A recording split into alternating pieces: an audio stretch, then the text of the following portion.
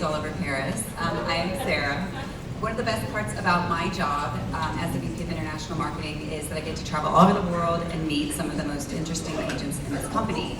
And everywhere I go, I meet someone doing something that makes me stop and think, wow, this person is really cool. So over the last year, I had the chance to meet each one of these 4 completely different corners of the world. I met Jason in Barcelona talking about personal branding. I got a very passionate, maybe angry message from Romain about our confusing tech stack in French. I met Princess in South Africa, where she had an entire auditorium of people rolling with laughter. And I met Dustin in Amsterdam over Thanksgiving dinner, and he casually mentioned he'd been in Netflix movies and Marvel movies, and he was like, oh, no big deal. So I didn't build the panel around who had the most followers or who had sold the most homes. I built it around people that were memorable. These guys are builders, marketers, storytellers, and they are completely impossible to ignore. So honestly, this panel is a bit selfish for me because I have questions for them, and I just wanted to hang out with them again. So Jason, I'm gonna start with you. You've been talking about personal branding longer than anyone I know, and before AI, you were telling people to own their online reputation. So today you're saying if you don't control your digital footprint, AI will do that for you. Talk about that, what does that mean? Yeah, so here's the thing. I wrote this book and published it in 2014, and it became an international bestseller. It was really about controlling your name on the internet. Honestly, this book is more relevant today than it was actually the day we published it. Neil Patel even just said that about SEO. And because SEO really is the foundation of what AI is built on, right? If you guys can move up the teleprompter, I can't read what's on there, I'm sorry. I'm much further down, okay. So because for 20 years, SEO was the key of the game, right? So if you were on page 1, right, you were controlling your name, right? But the problem is today that it's not about even page 1 anymore, right? If somebody asks ChatGPT, who is the best agent in my market, right? The model gives them one name. And if you don't control what's out there about you, right, then you'll end up dropping to the bottom of the list. Now, you disappear. So that's the bold part about controlling your reputation online. It used to be an edge, but today it's survival. If you don't control your digital footprint, AI is going to decide it for you, and it won't ask your permission. Okay, so you've helped over 350 people become best-selling authors. No big deal. Tell everyone about that, the story about the golf coach, because I think it explains why your reputation matters. Yeah, so I've written 3 bestsellers myself, but really it's 350 people where I got to dive in and help them understand the content that was in their head and then package it into content that people actually wanted, right? So this book right here was written by a golf coach, and we helped her publish it, called Golf: The Last 6 Inches. It was really a book about the mental game of golf, the 6 inches between your ears. But here's what really happened with this book. People started flying from all over the United States to just book 1 session from her because they saw that she was a bestseller on Amazon, right? So it's not because of a listing, not because of an ad, but because she was a best-selling author on the subject. And this is the whole point, that they had already decided to hire her before they even spoke to her, right? And her reputation did the selling while she slept. So that's exactly what happens with agents when you control your name online. The same mechanics that make an author findable on Amazon, right, are the same mechanics that will make people choose a certain agent before the phone ever rings. That's awesome. Romain, I want to bring you in. You can answer in English or French. Everyone's got Interprefy. But you weren't trying to become a marketing expert. You were frustrated with eXp a little bit. You joined eXp. You couldn't find all the tools in one succinct place.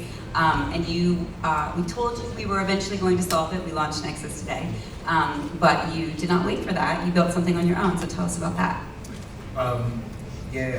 When I joined eXp 3 years ago, I was really excited and I believed in the eXp model, and I was very happy to work with my sponsor, Ncuthe. But when I discovered the ecosystem and the tools, I felt there was a gap between the strength of the business model and the agent experience we were needed in France, because the French independent agent market is it's very mature in France, so we've got a very clever platform with clear onboarding, very strong support system and tools and stuff, and very smooth. So one of our competitors has a better. I came from you can say the French eXp.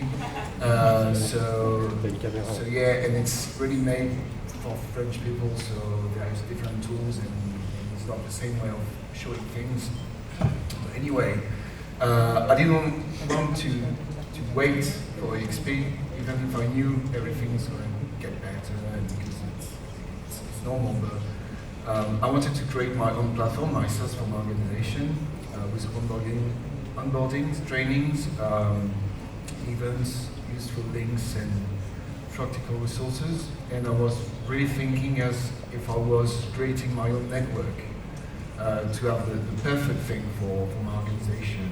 And so yeah, and the idea was simple. It was just to having something simple, smoother, clearer, and more engaging from day one. And you built that in Lovable on your own. Yeah. Awesome.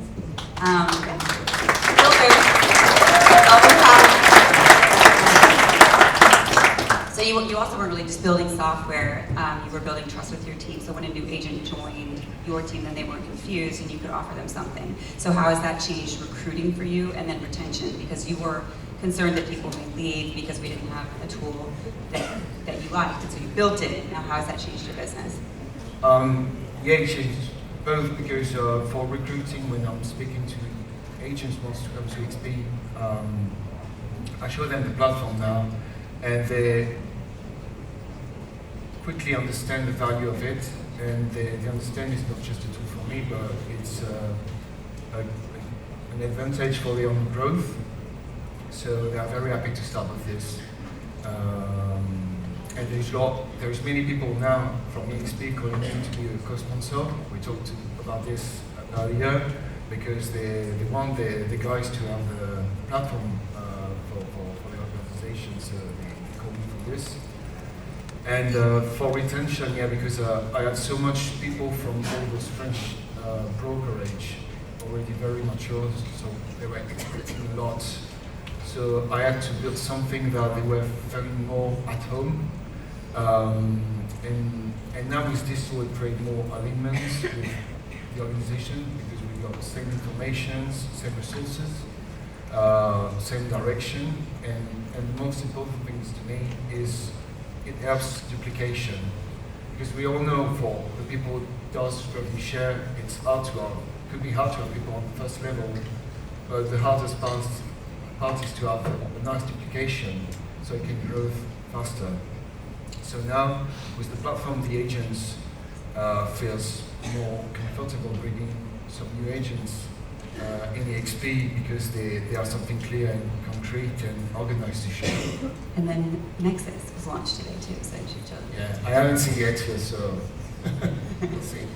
Jason, back to you real quick. Okay. Do you think agents overcomplicate building brands and spend too much time on logos and colors? Yeah, absolutely, 100%. Agents spend 3 months like picking a font, and I hate to break it to everybody in this room, but your logo doesn't matter anymore. Look at what happened this year. 2 of the biggest brokerage mergers in the entire world. Billion-dollar brands, what does that tell you? The logo on the sign means nothing. It comes down to the human relationship. So let me reframe what a brand actually is now. Your brand is not your logo.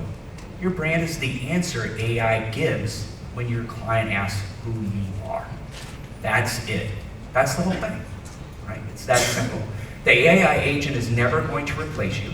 It's not going to sit at the kitchen table and walk a family through the most emotional purchase of their life. You are. But the AI decides whether you're the one who gets invited to that table. So stop designing the logo, start engineering the sentence a machine says about you. Thanks, Jason. I still like logos. I'm a logo girly. Princess, you were on stage with me in South Africa, and one thing that you said has stuck with me, and you said stop marketing the property and start marketing yourself, which I think you've done a phenomenal job at. So explain that, because I think a lot of people in this room are probably just posting listings and listings. So talk about that. I always say, like, we're in the business of people, not property. The relationships you build is actually what makes your business. And if you're only posting listings and property, then you kind of niche yourself. Unless you want to be like a property tour guide, that's fine. Then you can do that. But if you actually want people to come to you for something more than just, can I sell or buy my house, but you can get a bigger pool of people, like other agents who maybe like to join your team. So showcasing your personality is a bigger win, because that's how people connect. I don't connect with your house tour, I'm so sorry. Like, you can say in the beginning, like, oh, welcome to my house, but that's not really you. If you're like pushing yourself as the brand, as they said earlier, I think you are your brand. Like, it's your business, so it's you, you're an entrepreneur. So market yourself like a big brand. Nike doesn't advertise shoes, but they rather sell your lifestyle. So I saw a gap, and I realized that a lot of people are just posting listings, especially in South Africa. I don't know about all the other markets, but that's why we have reality TV shows like Selling Sunset. That's honestly the propaganda I fell into when I got into real estate. It's nothing like that. Like, we need to cancel that show, low-key. But no, literally, that was straight up propaganda. Real estate is so much harder, and they need to really display. If I was the producer of Selling Sunset, honestly, I would start showing a room of agents cold calling, and then I'd showcase you dealing with the sellers and buyers, one deal falling through, and not just you with pretty heels and walking around with like luxury. That's not sales. And to build on that, I love your content because it's not perfect, it's actually hilarious, and you show a lot of bad days and kind of the behind the scenes, very human. Is that intentional, or do you just decide, I'm not gonna look perfect, I'm just gonna show people everything? Like, how did you start doing that? In my opinion, I thought my content was perfect. I thought every time I hit post, I was like, this is a banger. But anyways, no, but it's okay, I get it. Low-key humbling. But no, it wasn't intentional. It was not. I honestly just had nothing else to post. I started real estate at 18 years old, and I said a bit in South Africa. No one wants to hire young agents. No one wants to recruit and like have to retrain an agent, especially, I don't know why, because we have like all the time in the world to learn everything, but they would rather hire, like literally I have no sales experience and I've never had a job before, but same as the other housewife, so why would you rather hire her than me? But it's okay. It's okay. So yeah, I got rejected by at least over 200 agencies, and I was just grateful to have one agency to take me, which actually leads me to why I'm so grateful for eXp, because you guys really appreciate and uplift young agents. I'm just grateful to be here, really, because I went 6 months searching for an opportunity that no one would give me. So. And now you're the head of Young Professionals. You're now the head of the Young Professionals for South Africa. Now I'm part of, what is the country leader of the Young Professionals in South Africa, and help other young agents. I train them, I host training events, and I try and uplift the youth, because I remember, I wish I had a me back in the day. I don't want to be like narcissistic or anything, but I wish I had a me, because then, I connect people and I help start their businesses, and the system keeps on helping my rev share up. That's my niche market, the young professionals. Because back then, no one saw the value in hiring young professionals. We do. Thank you, Princess. Dustin, over to you. Let's talk about reinvention. I don't think enough people appreciate what you and your husband have done. You have a very successful acting career. You have built a successful real estate business in the United States, and then you just packed up everything and moved to Amsterdam. So talk about that. I think that's maybe the dream of a lot of, some of us here, to just like move to another country and start up. And the beauty about eXp is you can do that. There's now an eXp in the Netherlands. So talk about your experience with that and give some advice. Yeah, it was so interesting because it had never been in our thought process to be able to even do real estate there. So I started for my visa coaching an acting studio. And then as we were moving through the motions, we contacted some people and ended up talking to Adam, and things started rolling, and eXp was launching, and it just snowballed, and it kind of turned into the perfect situation. For us, it was, we're both in our 50s, and we were like, why not? So, What? No, you're not. it's true. And we were like, why not spend the last half of our lives living in Europe, right? And that eXp was there, and that we were going to be a part of building something that we love so much was just the magic of it.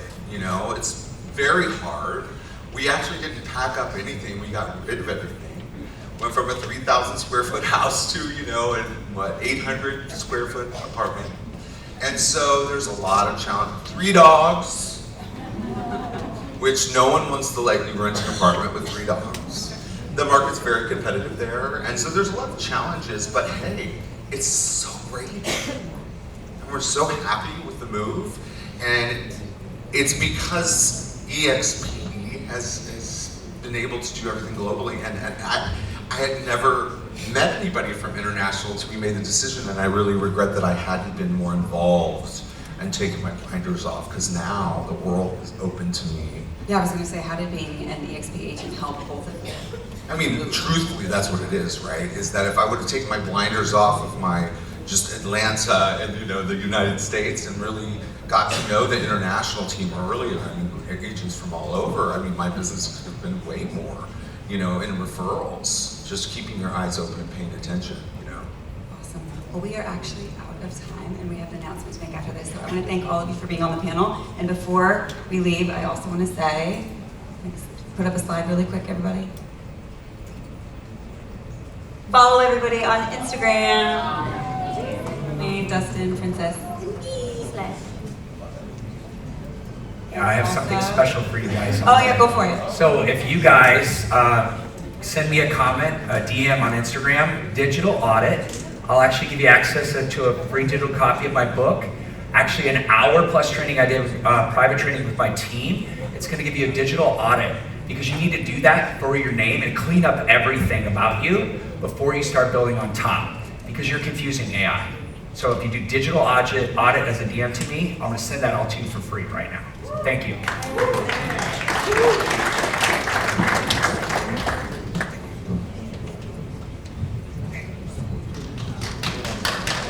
I also want to say to follow eXp International on